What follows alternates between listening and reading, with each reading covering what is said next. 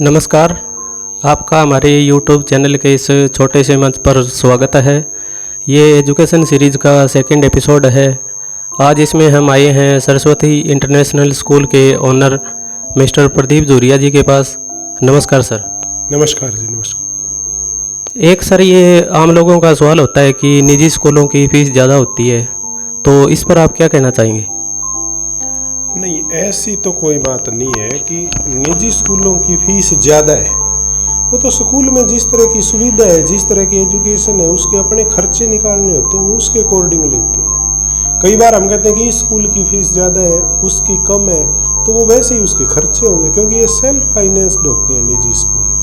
Government school के अंदर तो गवर्नमेंट पे करती है, लेकिन जो भी निजी स्कूल है उनको अपने खर्चे खुद ही निकालने होते हैं। तो फीस के बदले आपके स्कूल में कौन कौन सी सुविधाएं मिलती हैं?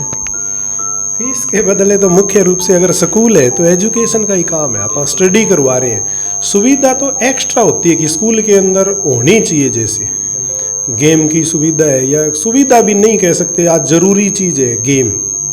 तो सुविधा नहीं, गेम है या अच्छी एजुकेशन है, अच्छा स्टाफ है, वो हम फीस के बदले प्रोवाइड करवा रहे हैं। अच्छा, सुविधा के बदले आप मूलभूत आवश्यकताएं कह सकते हैं उनको, बच्चों की जो मूलभूत आवश्यकताएं हैं स्कूलों के लिए। तो बच्चों की पढ़ाई के साथ साथ उनको जीवन के लिए कैसे तैयार किया जाता है? देखो सर, पढ़ाई का मतलब ये है कि हम उनको जीवन के लिए तैयार कर ही रहे हैं। उनके अंदर जो भी संस्कार डालने हैं, जो भी उनको जानकारी देनी है, तो वो चीज़ शिक्षा के साथ, शिक्षा का अर्थ ही यही है कि हम जीवन के लिए तैयार कर रहे हैं। पिछले दिनों एक पॉडकास्ट और सर आए थे हमारे पास, उन्होंने भी यही कहा था कि आप इन बच्चों को सरकारी जॉब के लिए तैयार कर रहे हैं, तो उसके अलावा भी शिक्षा का उद्देश्य है। तो शिक्षा के अंदर सारी चीज़ें आ जाती है, कोई एक काम के लिए उसको शिक्षा नहीं बोल सकते। जो बड़ी समस्या आपको लगती है वो क्या है, जो शिक्षा के क्षेत्र में सुधारनी चाहिए? थोड़ा सा यूँ लगता है कि अभी हम शिक्षा के क्षेत्र में पिछड़े हुए हैं। इतने सालों से हमारे गांव में गवर्नमेंट स्कूल है, 3-4 चल रहे हैं, डाइट भी है, यहाँ पे प्राइवेट स्कूल भी 5-6 के करीब है, लेकिन फिर भी हमारे बच्चे अभी जैसे बहुत बढ़िया जो टॉप क्लास जॉब वगैरह है, यूपीएससी वगैरह के एग्ज़ाम है, एनडीए वगैरह के एग्ज़ाम है, वो नहीं निकाल पा रहे। तो एजुकेशन में हम थोड़े पिछड़े हुए हैं, और हायर एजुकेशन में विशेष तौर से और काम करने की ज़रूरत है। जो अभिभावक इस वीडियो को देख रहे हैं उनके लिए आप क्या ज़रूरी सलाह देंगे? अभिभावक के लिए तो ज़रूरी सलाह यही है कि अपने बच्चों के ऊपर विशेष तौर से ध्यान दें, उनके एजुकेशन के ऊपर और स्कूलों के ऊपर। आप खुद स्कूलों के अंदर जाके देखें, उनके जो भी टीचर है उनसे मिलें रूटीन के अंदर। कई बार पीटीएम वगैरह स्कूल वाले करते हैं, तो उस टाइम पहुंचते नहीं पेरेंट्स की, हमारे पास टाइम नहीं है। तो मैं यही राय या सलाह दूंगा कि बच्चे से ज़रूरी कुछ भी नहीं है, टाइम निकालें, कैसे भी निकालें, स्कूल में पहुंचे, उनके टीचर से बात करें। आपके बच्चे की अगर कोई समस्या है तो वो उनके साथ डिस्कस करें। बिल्कुल सर, बच्चे के भविष्य के लिए पेरेंट्स को ध्यान देना पड़ेगा जी, टाइम निकालना पड़ेगा। नहीं, अपना बच्चा है तो टाइम भी बच्चे के पेरेंट्स को निकालना पड़ेगा ना, दूसरे के भरोसे नहीं छोड़ सकते। ठीक है, स्कूल के अंदर स्कूल वाले बहुत ध्यान दे रहे हैं, टीचर ध्यान दे रहे हैं, लेकिन बच्चे के ऊपर सबसे ज़्यादा ध्यान माँ बाप को देना पड़ेगा। ऐसे किसी दूसरे के भरोसे छोड़ नहीं सकते। बिल्कुल सर, बिल्कुल। अब अगर हम बात करें आपके स्कूल का भविष्य के लिए क्या लक्ष्य है?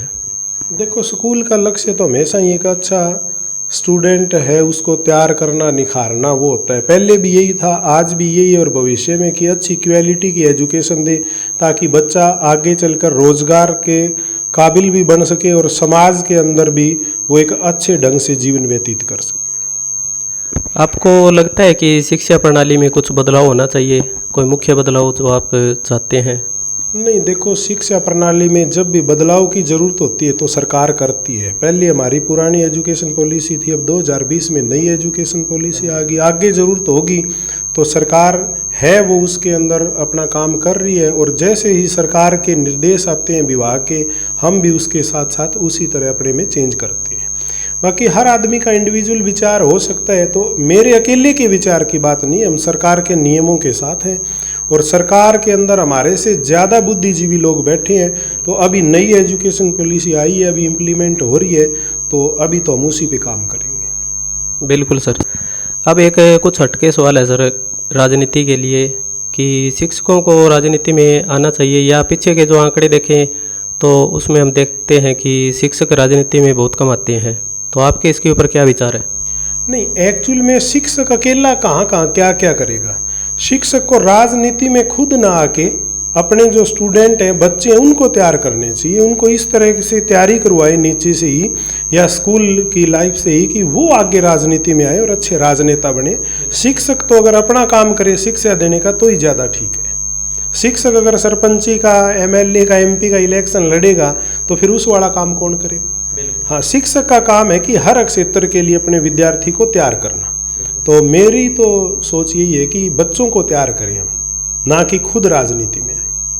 अंत में आप हमारे दर्शकों के लिए और जो हमारे क्षेत्र और गांव के लोग हैं उनके लिए क्या ज़रूरी सलाह देना चाहेंगे? ज़रूरी सलाह तो ये है कि देखो, मैं तो शिक्षक हूँ, तो शिक्षा से संबंधित ही सलाह दे सकता हूँ कि अपने बच्चों के ऊपर खुद ध्यान दें, उनको अच्छे स्कूल में एडमिशन करवाएं जहाँ क्वालिफाइड स्टाफ है, और वो पूरा खुद भी उनके ऊपर ध्यान दें। सबसे ज़्यादा ज़रूरी है कि आप हर रोज़ अपने बच्चे के ऊपर कम से कम शाम को आधा घंटा लगाएं कि बेटा आज तूने क्या सीखा है, स्कूल में क्या होमवर्क मिला है, क्या तेरे को लर्न करने के लिए दिए।